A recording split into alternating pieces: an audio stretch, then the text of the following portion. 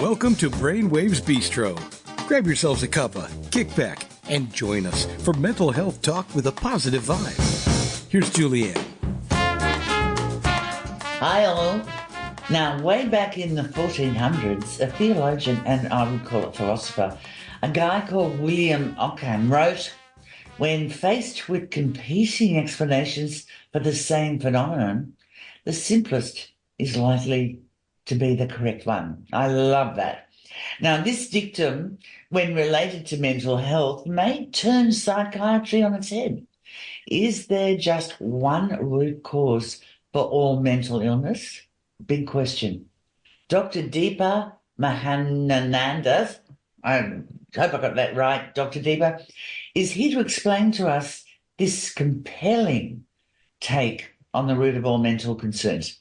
Now, Dr. Deepa is highly sought of as a speaker, credentialed by the American Nutrition Association, a member of Low Carb Down Under, and she herself has her own medical practice where she helps a lot of people, including me.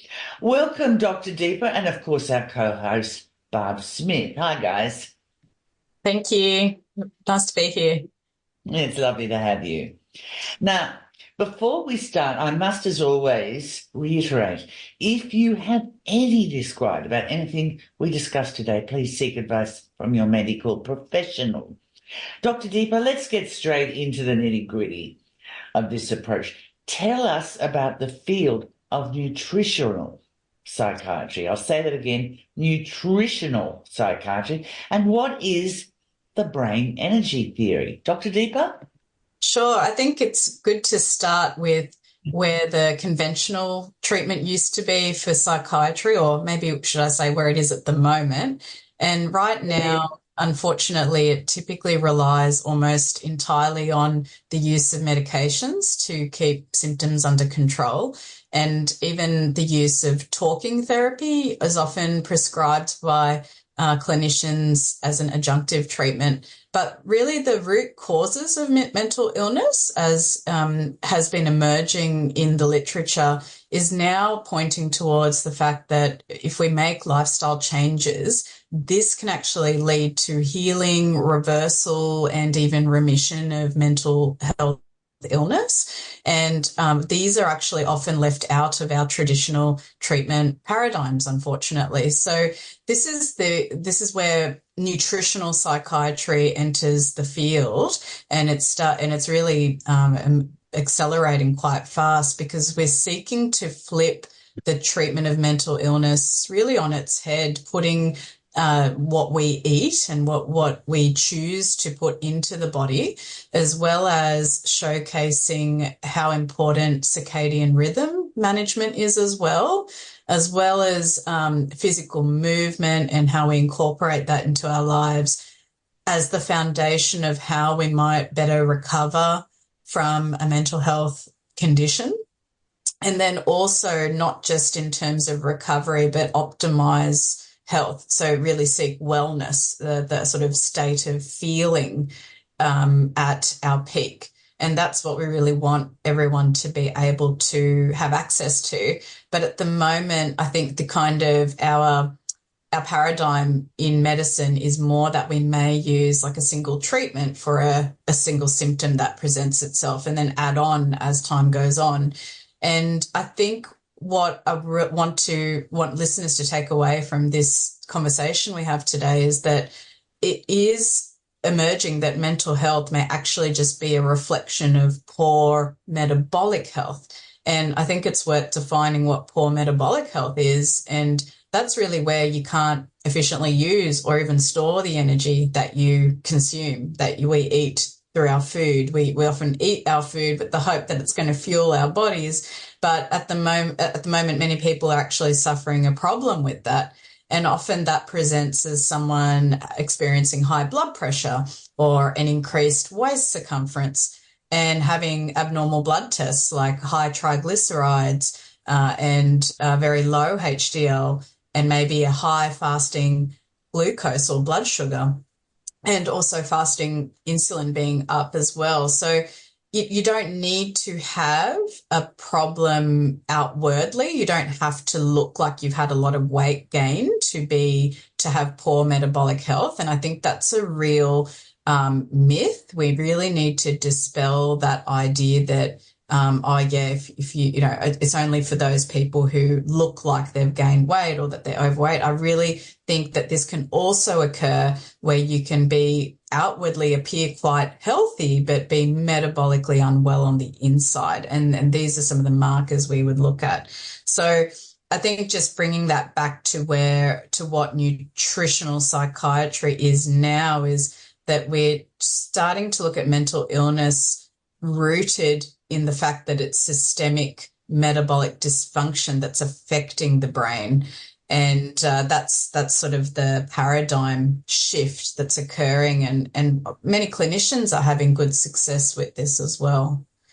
Yeah, I think it's the way to go. I just love what you've introduced to me. And also the book you've introduced to me, Brain Energy by Dr. Christopher Palmer. Yeah, this one. Yeah. Oh, fantastic. hold on. Let's do this. We've all got it. Do it together. What we're doing online is showing our books. But you will probably see that in our promotion. It's a wonderful and I'm very grateful for Dr. Deepa to put me onto it because it's really cleared my mind. Thank you, Dr. Deepa. Now, Dr. Deepa, what is the safety and evidence of this ketogenic therapy? Ketogenic therapy. Tell us about it. Yeah, so, this book that we were talking about is by a Harvard psychiatrist, Dr. Christopher Palmer, and he's essentially postulated a theory about brain energy and how what is happening are three key things going on in mental illness that show up with problems with how the brain cells are functioning, particularly the neurons, how they are produced and how they use energy as well. So three key things that relate to how that occurs are something we call mitochondrial dysfunction, and the second is something that can occur as a result is that we then end up with an energy deficit in the brain, and so the brain cells can't function very well, they don't communicate very well between themselves, and then eventually leading into what is a full-blown diagnosable mental health illness. So then that's where we're actually seeing the symptoms of depression and bipolar and schizophrenia. So when we sort of bring that back to the role of diet, well, it's actually not new for us to use a nutritional intervention to address something that is brain related. And in fact, if we took it all the way back to the origins of a therapeutic ketogenic diet, this was actually used as a treatment in the 1920s for epilepsy in children and adults. So Johns Hopkins Hospital in America pioneered this treatment and actually showed that in children who were refractory to treatment, meaning that they had tried multiple medications that were available at the time, and even in adults who had tried a number of medications but still experiencing quite profoundly severe epilepsy, we could shift those people from having this very severe disease to then experiencing far less frequency in their seizures. And in some cases, some of these people actually achieved remission. So they were living a life that was seizure-free. And that was an incredible change. And it's probably the first well-documented use of a ketogenic therapy. And then from there, that's where lots of brilliant minds really started to think, well, look, if this is providing relief to children and adults with essentially a brain dysfunction, a dysfunction of neurons that is causing epilepsy, what could that do for other brain disorders? Could we extrapolate the use of this to things like Alzheimer's, to bipolar disorder, to schizophrenia? And that's exactly what's happened. So we've got a string of animal studies, so both cell models as well as then going into animal models. There's quite a lot of research of use of the ketogenic therapy in that setting. And then now we've actually got more than a dozen current clinical trials in humans, extending that evidence that we now know exists in the cell models, that therapeutic ketosis can actually improve psychiatric conditions.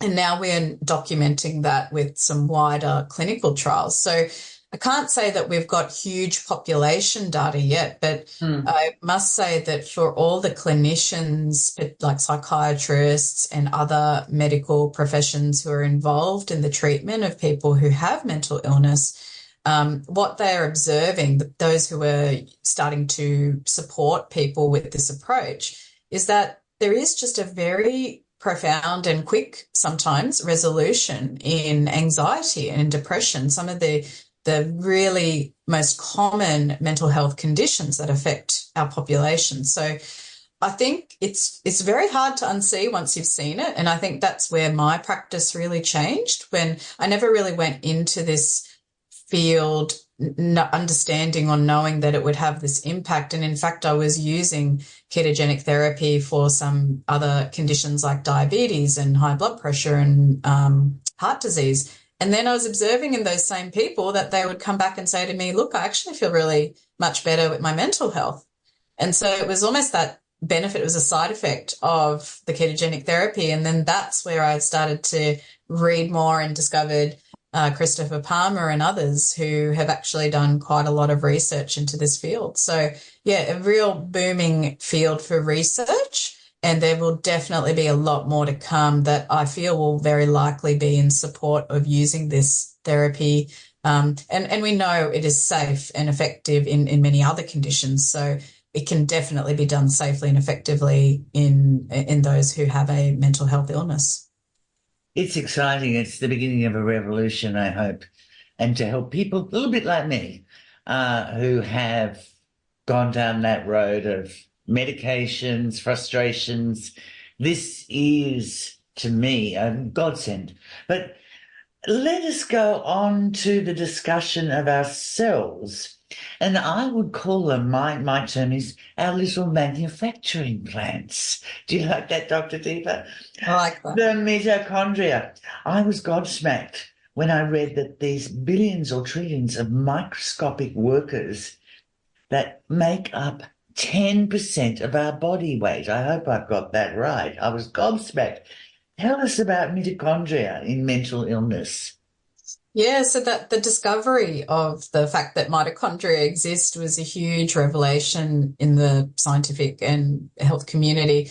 And it is exactly what you said, like the cell's power plants. It's making lots and lots of energy inside our cells. And almost every cell in the body has mitochondria. The only exception are our red blood cells, which actually start off with mitochondria but lose it as their life goes on. So the mature red blood cells actually don't have mitochondria, but almost every other cell does. And that's sort of, I think, what its key role is in particularly in mental health conditions, is in regulating neurotransmitters in the brain, and also brain function itself. So Dr. Christopher Palmer actually came to, when he postulated this brain energy theory, was actually thinking about how mental health disorders were actually really metabolic disorders that are caused by the dysfunction of mitochondria, and how these mitochondria, because they're not either supplied with the correct building or components, that they can't produce enough ATP. And ATP is adenosine triphosphate. That's actually a fuel for brain cells. So when you can't get enough of this production, then our cells, they basically go through a dysfunctional process and communication breaks down. And that's one of the key reasons we prescribe medications, is to try and bridge that gap, maybe increase your neurotransmitters or reduce the reuptake of neurotransmitters. That's sort of what a lot of the standard medications like SSRIs and SNRI medications do.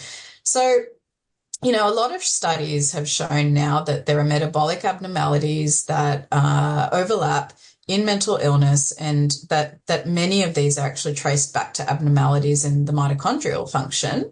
And I really think that comes as no surprise now, because we understand so much more about how these mitochondria have their own DNA, and they're involved in so many important processes of signaling and cell division and differentiation, and even in cell death, the regulation of cell death. So I think that, when we now understand it from that perspective, the cellular energy perspective, yes, life can throw some real spanners at people. And I think we definitely cannot discount the effect of our environment on our mental health, of course, because, there is many of us, as we go through our lifetime, will deal with, some profoundly hard times. And that can look very different for people depending on, where they live in the world. That could be anything from being in a war-torn region, all the way to being, in a corporate role with high stress. These are still end up at the end of the day being interpreted by the body as high stressful times. And also, particularly if there's no attention being paid to your circadian health and what you're eating, it's just a perfect storm, a collective storm of all of these things contributing to mitochondrial dysfunction.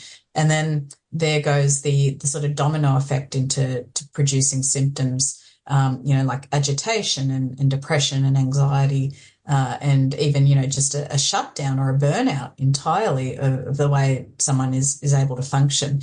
So that's where this the mitochondria fits into this picture, and you can see that it's very much down that bottom of the pyramid. So if we can really fix something down there, it's going to essentially shift everything that lives above it. So I think that's why we want to target that first and foremost, and then work from there. And it doesn't discount the role of medications. I still think for some people there is a role for that, where it doesn't necessarily, fixing the mitochondrial function may produce quite profound effects, but for some people they may still require that slight benefit that a medication can produce. But I think when you compare things head to head, so pharmaceuticals versus, all the lifestyle changes that you can make at ground zero, I think those ground zero changes are just going to be far more pronounced and effective than any pharmaceutical agent can be long term. So I think that's really what we need to be aware of.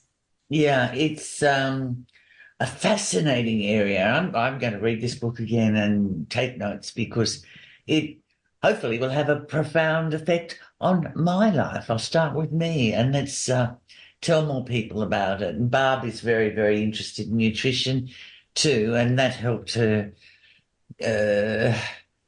beat stage 4 cancer. So she's right on your trail there, Dr. Deepa. Now, here is the most important message for us and our loved ones, people that may be suffering. And to my mind, there is an uplifting answer, and I think you've really discussed a little bit about it. We can improve mitochondrial health. Can you elaborate more on that one? It's such a positive. Yeah, absolutely. It's a very holistic approach to looking at the body, and I don't think it relies on any one particular category. It's sort of like looking at a whole lot of different things that we can do, a number of strategies that come together to improve the mitochondrial health. And that's important. I really want us not to silo a symptom and then just band-aid it with a medication. So where we start with this, and what I do in practice, is to look at the fundamental. Everybody eats. Everybody has to sleep. Everybody needs to have connection with the world around them. And these are so fundamental to our lives as humans. So if we just simply look at those categories, nutrition, this is huge. And unfortunately, our food environment has shifted so vastly that we have unrecognizable, what I call frankenfoods, available to us 24/7. These are the kind of foods that you would see in a lab, like a lab experiment, stuff that doesn't grow on anything. That you can't trace it back to any root. It didn't come from an animal. It didn't come from a plant. It's just a science experiment coalesced together, and it's an ultra processed food. And unfortunately, the use of these ultra processed foods has just exploded, and food companies have cottoned onto that. And there's a lot of money to be had in keeping people hooked on ultra processed food. So this is where I just start to make that shift, depending on, meeting someone where they're at with their consumption of that and trying to reduce as much as possible. Now, not everybody really needs to be on a strict or true ketogenic therapy or what we call a modified ketogenic dietary approach, which is sort of a version of a ketogenic diet that is lower fat. But many people do need to be on a much lower carbohydrate approach, a low sugar approach, and definitely a lower processed food approach. I'm sorry, my son's come in for a second to give me a cuddle, so I'll just... Oh, well, they come first, don't they? We're talking about social connection and families in this as well. I'll just take him back to his grandmother and I'll come back. Okay. It's true, Julianne, what you were saying about connection and connection with family, having this beautiful little boy come and want to see his mummy, which is great. And that's the great thing about what you were talking about earlier and some of the things that you've been doing. Not only have you been changing your diet, but you've reconnecting with friends and making new friends, and it's all wonderful. It's terrific. And I feel greater mental health because of that, thanks to Dr. Deepa, and my attitude also to grow my world and grow myself. So, Dr. Deepa, you're back to speak to us. Yes. We were just on the subject of what we can do, and you just given us an example of wonderful familial love and connection. So thank you for that. Dr. Deepa? Yes. So I was just saying that for everyone, there is a different level of what sort of energy consumption they require, and the nutrient density in those foods that people choose to eat is really important. And again, that's another unfortunate consequence of our newer food environment, is that the quality of our food is not so good. Even the quality of our whole food is unfortunately not so good. And that's because of what has occurred to our soil, the stripping of our soil of its nutrients. And there's been a shift away from regenerative agriculture, but it's really it makes me quite hopeful, because there are actually more farmers who are recognizing this and trying to implement the principles of regenerative agriculture back into their agricultural practices. So what we can do as consumers is to really try to understand, and I think that's where the education is important, is to understand how we can choose foods that are better for our health, and where it's possible for us to make that choice and to purchase those types of foods. And the key really is to really ramp down or clamp down on ultra-processed food and get that as much out of the diet as possible, because that's implicated with a lot of metabolic disturbance. And then after looking quite closely at the nutrition, then it's important to consider what we're doing around our sleep. And, our sleep can't be expendable. It's not something we can skimp on. It is actually something that is so important for brain reset and development in kids particularly. But then again, as adults, we absolutely need our sleep and need to be away from a environment where we're very hyper wired, or we're kind of looking for that sort of, the dopamine hit of a notification on Facebook or on social media. Those sorts of things actually really muck up the communication between our neurons, and I think this modern world to navigate for a lot of us with our technology means that we really need to go through a concept of digital fasting in some ways. So what that means is, much like we might implement a fasting strategy with our food so that we can improve our gut health and improve our blood sugar regulation, we can do something like this with our digital consumption. So how much time we spend on our devices, how are we actually using that time? Is it for a purpose that's constructive, that's actually involving true connection with people? Or is it just mindless doom scrolling on social media that can actually really affect your mental health? So it's important what choices we're making around that. And that can affect people's sleep, absolutely, because they're kind of staying up on Netflix, binge watching, movies, TV shows, etc. Or they're staying up, on the internet watching cat memes and stuff like that. So it's really important, I think, that conversation around how that part of the lifestyle affects your mental health. And then after that are things like physical movement and how wonderful that can be for getting ourselves outside. And I'm not a big advocate of being inside a gym with lots of blue light spectrum shining down on people. It's a very artificial environment. I know that can work for some people because it's got that social connection. So we just got to meet people with where they're at.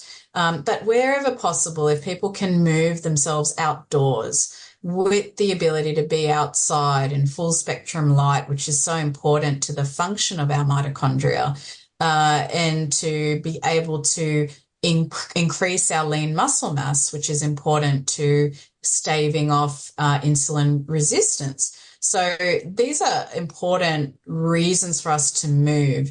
And lastly, there is also the role of what I call our nutraceuticals. So this is where, in a world where it's hard for us to know if we're able to get everything from our food environment because of those reasons I spoke about before, and because we know that in mental illness, there's a lot of nutrient deficit.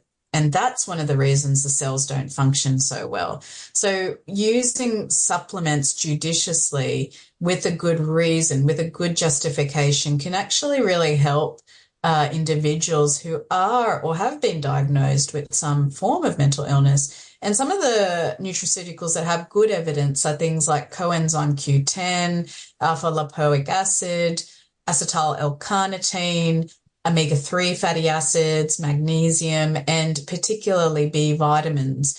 And it comes as no surprise that the highest resource for some of these nutrients, key nutrients that are needed by the mitochondria and in the production of ATP, are coming from sources like meat, fish, nuts, above ground vegetables, and in certain fruits. But really the focus is on things that you can look at in your environment. You can see where it's grown. You can see what sort of, that it's come from a source that is recognizable. It's not a science experiment. It was not a Frankenfood.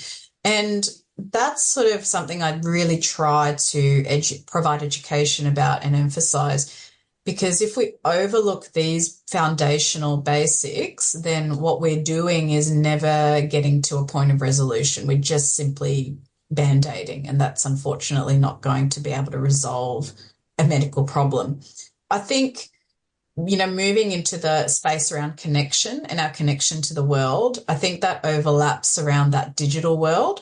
A lot of us sometimes feel that we actually are spending more time trying to connect digitally than we are in person. And I think that's actually most profound in our teenagers, our young people, and their ability to connect, to hold a phone call, to talk to someone in person, to have a conversation, to feel like they're part of something bigger than themselves is not able to be quenched through digital media or digital consumption.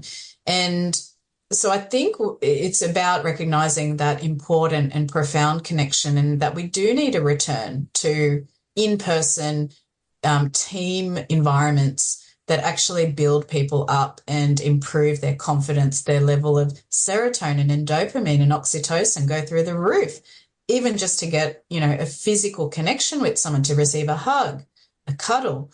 That in and of itself is an amazing boost to our mental health. So I think knowing all of those things, hopefully that helps your listeners to be able to make some changes, or, inspire them to make some changes in their lifestyle and see what it can do for them. Because the other brilliant thing about this is it's a do no harm approach. Nothing is going to be as harmful. There's no side effects to being able to change your lifestyle in this way, in this direction. And I think the one caveat would be is, if you're on a number of medications and you want to take this approach, definitely engage, the support of people within your family and your social network, as well as getting proper medical support from someone who understands these concepts, because it's important that your medications that you can come off them safely. And I think that's the area where a lot of people become critical of this approach and say, oh, look, it could be dangerous. You might be overdosing then on your medication. Well, actually, that's a good thing. I see that as a good thing. That means we can reduce your dose of medication. We can bring you off your medication, and you can actually live a life sort of free of that requirement or reliance on medication. So I think that's one important aspect to make it safe and effective for everyone. Everyone can do a version of this, and that this is a very important message that needs to be spread, far and wide. Well, Dr. Deepa, you've done wonders for me, because I have dropped medication. I was not on heavy medication for a mood disorder, but I've dropped it. And we've added a bit of Q10. So we're doing good. And I'm enjoying life much more. Thank you so much for what you have done, and probably people around me. Hopefully, Barb, enjoy my company more. Now, Barb, you do, or Black Dog does so much to help those suffering in mental health issues with research. Can you expand on that one for us as we cap off? Yes, love to, Julianne. So the Black Dog Institute do so much to help those suffering mental health conditions, depression, bipolar, anxiety, and in particular suicide prevention, often in conjunction with the Australian government. And the rate of suicide in men 18 to 44 is the leading cause of death in Australia, and I'm sure it is very similar in the US. And amongst our Indigenous people and the LGBTQI communities, suicide prevails and is actually 3 times higher than the average Australian statistic. Our Black Dog Institute here in Australia is a not-for-profit, and so Julianne often says no donation is too small. So at Christmas time, I gave, instead of giving out presents to the family, I gave money to the Black Dog in name of my family members. And also, I just realised that in 3 weeks is the end of the financial year, so that can be a tax deduction as well. Oh, she's smart. She's a smart one. What a great co-host. So it's Black Dog Institute. Thank you. And the donate page. Just click on the donate page. Nice and easy. Well, thanks, guys. And Barb and Dr. Deepa, as always, we're indebted to you. Just a wonderful speaker. And you've clarified something. And people that have listened to this hopefully will find a better quality of life. Thank you, guys, very much. Thank you very much.